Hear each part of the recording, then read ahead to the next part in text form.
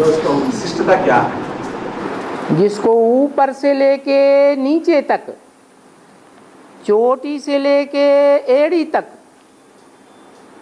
देह अभिमानी की सूंड लटकती रहे, उसका नाम पड़ता है गणेश। क्या? कौन है ऐसी आत्मा जिसको आदि से लेकर के अंत तक देह अभिमानी की सूंड लटकती ही रहती है?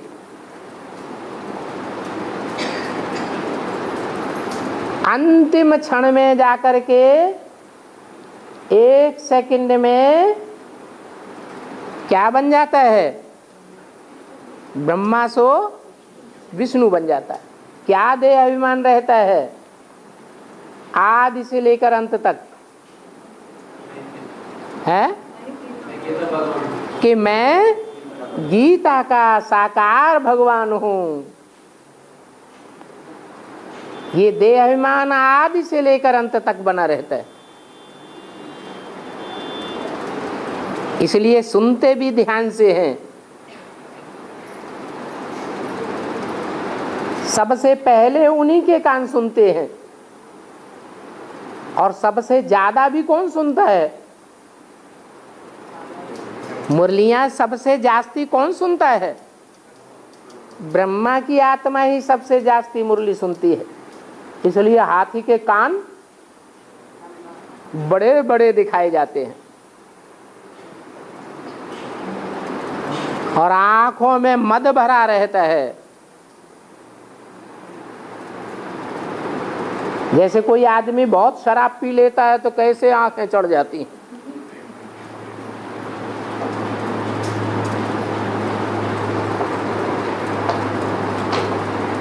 वो देह अभिमान का मद है कि निराकारी स्टेज का मद है? ब्रह्मा के फोटो से देह अभिमान दिखाई देता है या निराकारी स्टेज दिखाई देती है? क्राइस्ट की तरह, बुद्ध की तरह, गुरु नानक की तरह निराकारी स्टेज नहीं दिखाई देती है। ब्रह्मा का एक भी फोटो ऐसा नहीं है जिसमें निराकारी स्टेज दिखाई देती हो। तो हाथी का रूप दे दिया है। फिर भी बुद्धि विशाल है या संकुचित बुद्धि है? विशाल बुद्धि है, इसलिए पेट कैसा दिखाते हैं? बड़ा पेट दिखाते हैं।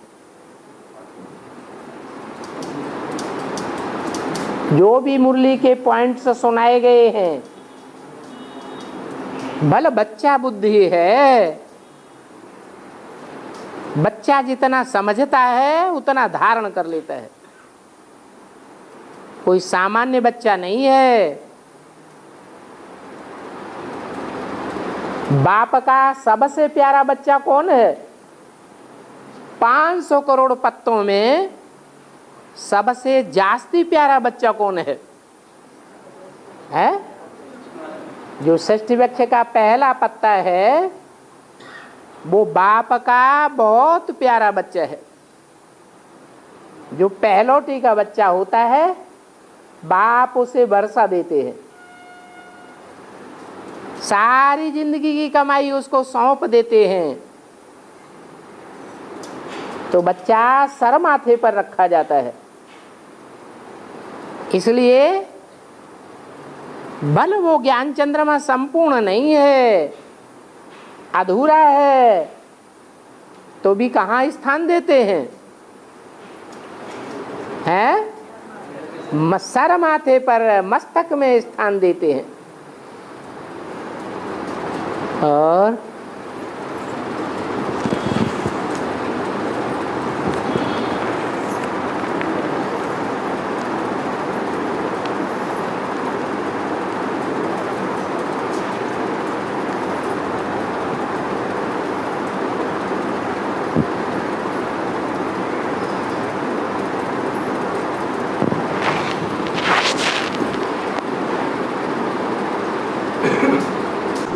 सखी सावित्री